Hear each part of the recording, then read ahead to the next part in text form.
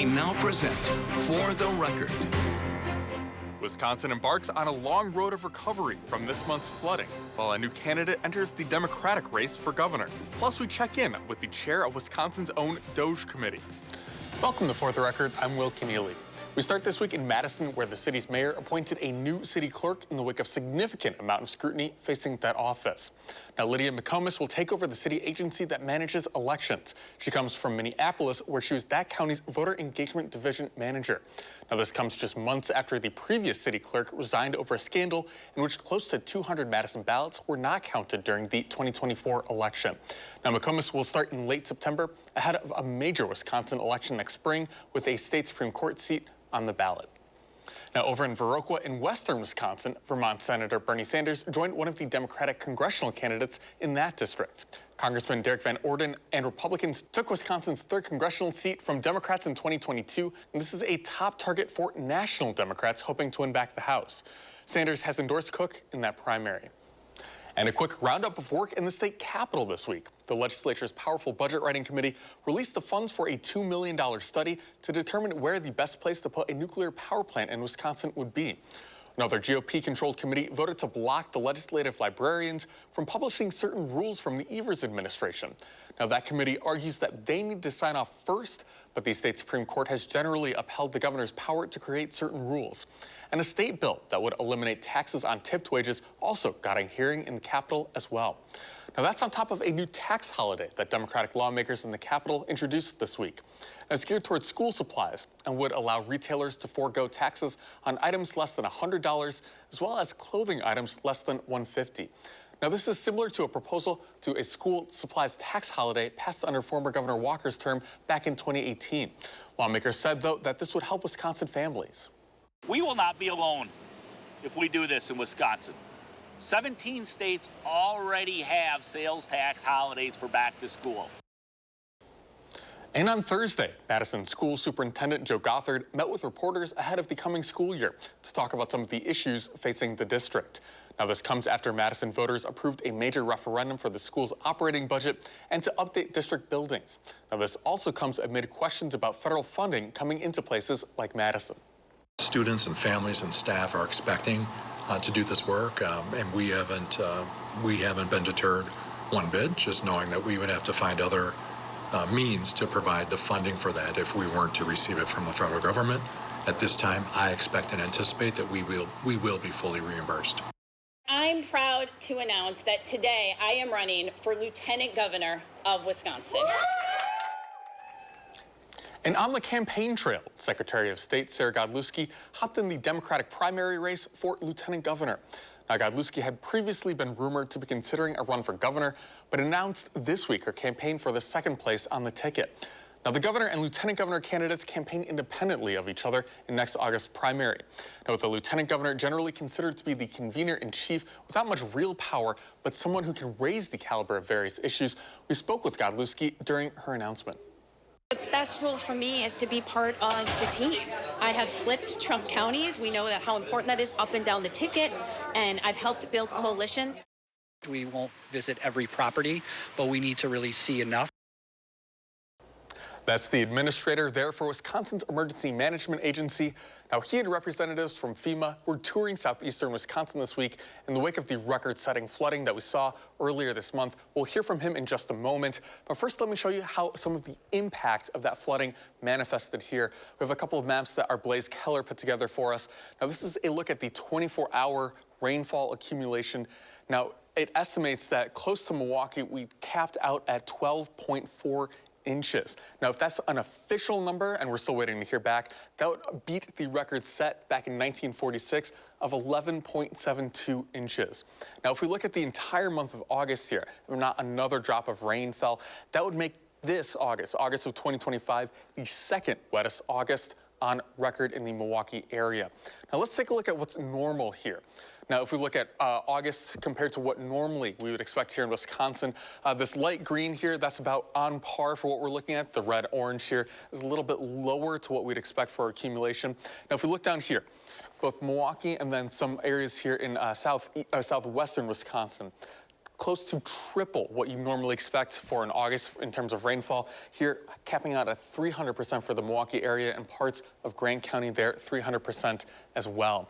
Now, with all of that, we spoke with Brad Engel, the administrator of the Wisconsin Emergency Management, about how the state is working with some of these communities to recover. So a lot of the focus is on southeastern Wisconsin and the flooding there. Did we see damage elsewhere in the state from that flooding event? Most of the damage was concentrated in southeast Wisconsin. There was some damage out in southwest Wisconsin and Grant County. There was some damage up in Door County and Sheboygan counties reported as well. But the most significant by far was in southeast Wisconsin. What's the status right now on the cleanup and assessment of the damage? Right now, we have 6 damage assessment teams out.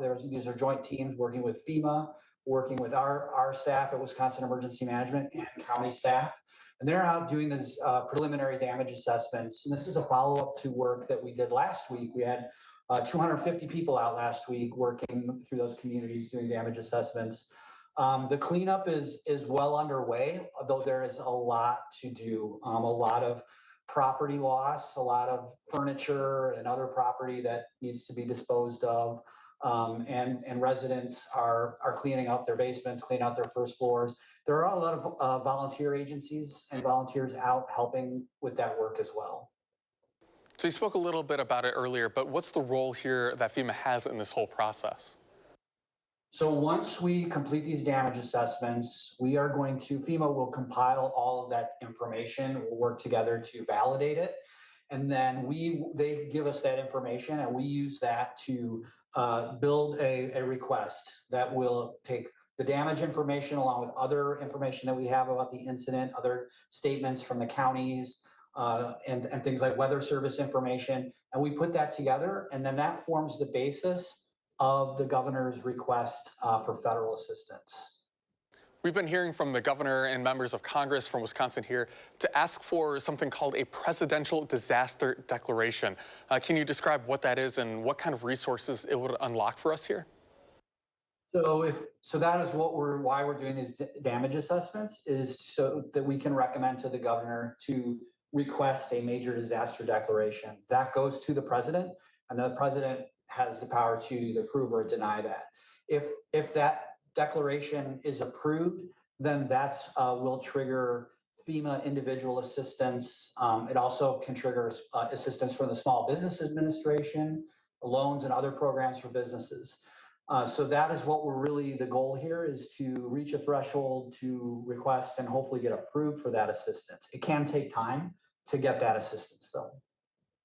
So if not for that federal assistance, if Wisconsin didn't get that disaster declaration, for example, is there anything that the state government can do kind of on its own volition, just solo?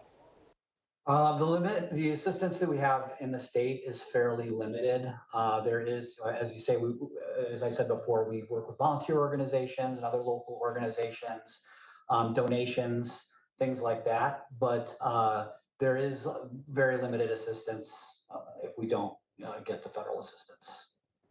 And what do the next kind of weeks, months look like here for people affected on the ground?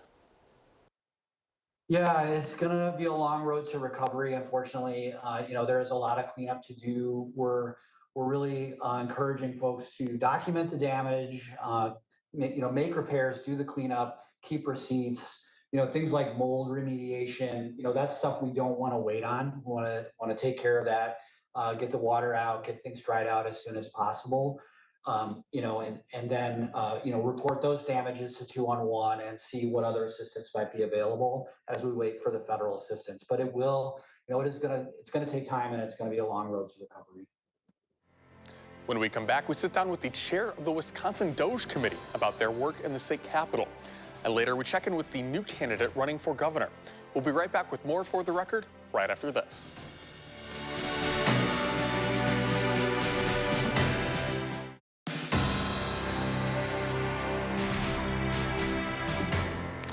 Welcome back to For the Record. Taking after the work of Elon Musk and the Trump administration, the Wisconsin Assembly this year created a Doge-like committee here in the Badger State. The Government Operations Accountability and Transparency Committee, or GOAT, is led by Republican Chair Amanda Nedweski. And we caught up with her about her committee's work. Do you have a general kind of status update for where the GOAT committee is right now? So the GOAT committee, as you know, was established newly this session, and we did have one committee meeting on returning to work. So there's a lot of state workers are still telecommuting, and there has been very little accountability measures put in place as to measure productivity and efficiency gains since 2020. So we were really hoping that the governor would take a look and say, well, at least we need to measure if people are doing a good job at home or if they should maybe come back. And, you know, we had these conversations openly in our committee hearing. We learned a lot that some things have been done, but not enough. But there's really no movement to make any improvements in the Evers-Rodriguez administration on return to work. So most of the first half of the year in the GOAT committee has been about information gathering. We have been meeting regularly with subject matter experts across a very wide spectrum of subject areas. And state government is so massive that unless you're inside of it, you have no idea really what's going on. It kind of flies under the radar. So we've had people come out from internally. We've had people who are employees of agencies come to us with suggestions. We've had people who receive services from the state come to us with suggestions. We've had businesses who worked with the state come to us with suggestions. So we're really pooling all that information together and saying, where can this committee make the biggest impact? So we're trying to take those subject matter areas and prioritize them in a way that we can say, okay, now we have a plan of attack on where we should work first so that we can get the biggest gains. But this committee is not really a policy-making committee. We're working in partnership with the standing committees because they serve the other agencies or work with the other agencies. So it's been a really interesting experience so far. And you'll see a lot more from us this fall. What other subject areas are you looking at right now? Right now, I'm really excited to be diving into the rulemaking process, especially in light of the Evers versus Markline decision. So Wisconsin is the 13th most regulated state in the country. We are the second most regulated in the Midwest. And with this court ruling, we find ourselves in a highly regulated state without a lot of oversight from the legislature. So the people don't really have a say at this point in time on the regulatory state. So my colleagues and I have introduced a package of bills called the Red Tape Reset, and it would significantly impact the rulemaking process. And we will be having a hearing on those bills in the GOAT committee, probably late September, early October maybe, sometime this fall for sure. Really looking forward to that.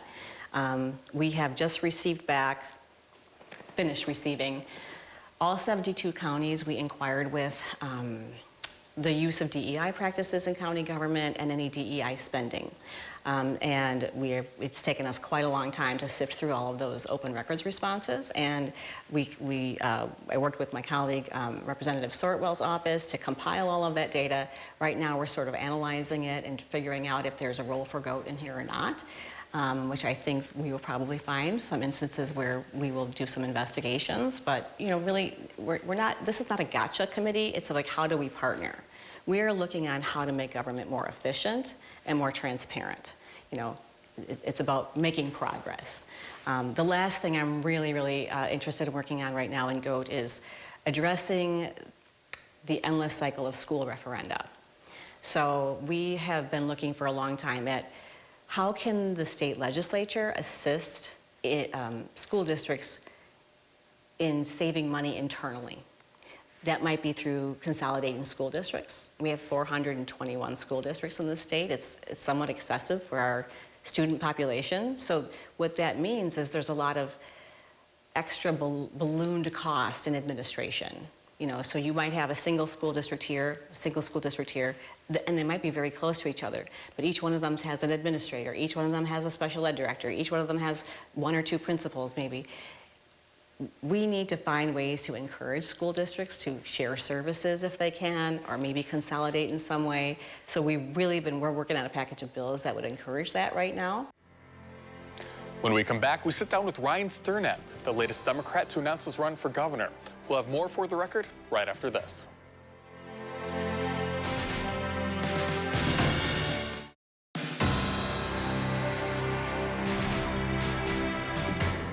Welcome back to For the Record. Among the candidates lining up to run for governor, we have a new entrant on the Democratic side. Ryan Sternad is a beer vendor at the Brewers Ballpark, also a prominent face in local union politics. He joined us here in the studio earlier this week. Thanks so much for joining us. Anytime. So I imagine for a politician, there's kind of that moment where the switch flips, and that's when you decide that you want to run. What was that moment for you? I had it planned on the one condition, as running as a Democrat, that Tony Evers would not run again, because I would not run against him in a primary. And so it was about a month ago at 12 o'clock noon Central Time. I had turned on my phone and saw that there was a bulletin from a Milwaukee station saying that, said right there, Tony Evers chooses not to run for a third term. How would you introduce yourself to voters? I will say that I focus on the working in the middle class, and my background goes back to Milwaukee, with me being a long-time in-seat alcohol vendor at American Family Field where the Brewers play. I've been involved heavily with the union there, and I had started my own political action committee called Drinks in the Seats and Lobbies for the in-seat beer vendor interest at the legislative level, and we've been in effect for 8 years now. We've seen some other Democrats either announce or consider jumping in this race here. What would you say to those Democrats who are still kind of thinking about hopping in the race, and how, if we have a very broad primary here, how would you work with those other Democrats? I'll welcome any Democrat to jump in. I believe I'm a little bit different. Okay, you know what? I haven't been elected before. Okay, that can either work against me or for me. Okay, you're going to look at a few of the elected officials who want to come into the race. We already have Lieutenant Governor Sarah Rodriguez.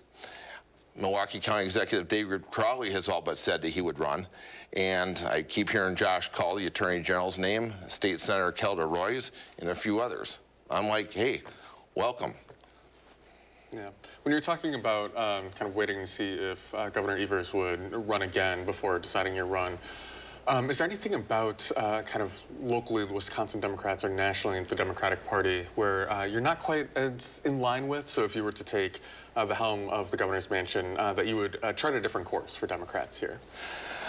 Two things. One, and I put this in my website, I'll focus on the environment, but use a few more common sense measures to it. For instance, on day one, I will sign an executive order outlawing vehicle emissions tests in all 72 counties. I think right now we could find better ways of helping the environment. I used an example the other day in my announcement. Go to the hardware store, buy yourself a $15 receptacle with the universal blue recycling logo on it. Start recycling. I feel, though, that we have a lot of people driving beaters for cars right now who just cannot afford to get their cars upgrade to hit emission standards once their renewal notice comes, which would require an emission test. So I would prefer that the working class just uses that money to go ahead and buy groceries for it in this day of age. Within the last couple of months, we've seen the state budget get passed with some consternation. There's a lot of back and forth between the governor and Republicans in the state legislature. How would you grade that budget? Would that have been something that you would have signed? I'll tell you this, it was President Trump who virtually blackmailed our state, because we all remember that they were rushing that thing to get that critical hospital funds in there. If I were to go back in hindsight, that budget could have been signed a lot earlier, but there was a lot of back and forth bickering going on. And one other thing, too, that I'd be different from the Democrats, I would push from bipartisan. I would push for bipartisanship. It will not be us, the Democrats, against the Republicans if I get in. So we're also looking at kind of this dance between what's happening nationally and what's happening here in Wisconsin. If we see, for example, the U.S. Supreme Court take a second look at gay marriage, legalizing that across the country, is there anything you do locally in Wisconsin if that were to come to pass? I'm all for gay marriage. I'm all for same-sex marriage. Marry whoever you want. What would your day one look like as governor? Like, what would be some of your priorities that you'd want to tackle right away? Well, like I said, I'd sign the executive order not to abolish emissions tests for vehicles, and we'll expand that to more so the first 2 months of my governorship. I will make myself available for a 45-minute meeting with all 132 legislatures. And they can come into my office, send a staffer there, whoever, and I want to sit down with every one of them Democrat, Republican, or even independent, if we have some there. And I want to hear what they have to ask for me in order to us get together and make Wisconsin an even better state. And you've addressed this kind of along the way, but I want to ask you, or give you the opportunity a little bit more directly. How would you distinguish yourself between some of the other candidates? Why are you the best choice here? I like to use an unofficial slogan of mine. I call myself, I'm one of us, which means I'm there. In addition to my job of vending beer at the Brewers Stadium back in Milwaukee, I have an overnight job at a factory. That's my full-time job. I also work at a dry cleaning store, usually during the off season. But I know what it's like to have to work multiple jobs to make ends meet. When we come back, For the Record does sports. We'll have more For the Record right after this.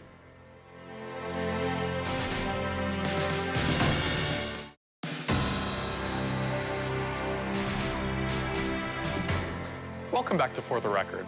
It's a rare occasion that we cover sports here on the show, but we're taking you here inside the Oval Office to an announcement President Trump made earlier in the week related to next year's World Cup that will be hosted by the U.S., Mexico, and Canada.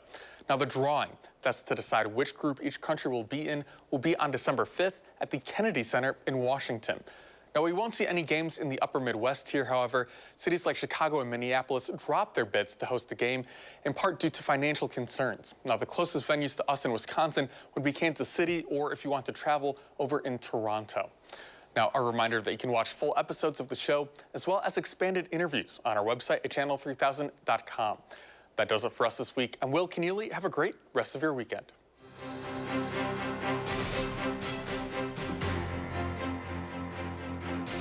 This has been For the Record.